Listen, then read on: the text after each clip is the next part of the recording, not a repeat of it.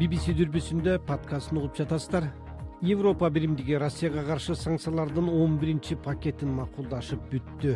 Евро биримдиктин элчилери макулдашкан чаралар жума күнү толук жарыяланмакчы. Дени Эберхардтын кабарын уктурабыз.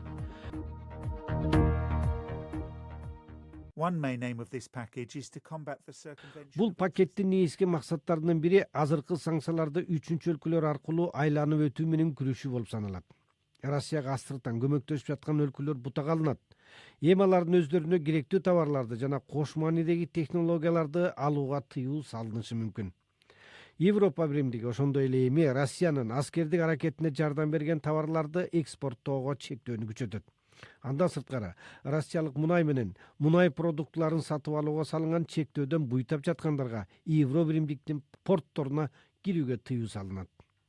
Дагы көп адамдарга жана юридикалык жактарга санкция салынат. Анын ичинде Украин балдарын Россияга мыйзамсыз депортация кылуу менен байланышкандардын баары бар. Евро биримдик элчилери ошондой эле Россия мамлекетине баш ийген 5 телекомпаниянын лицензиясын токтоткон чечимди дагы узартууну макулдашты.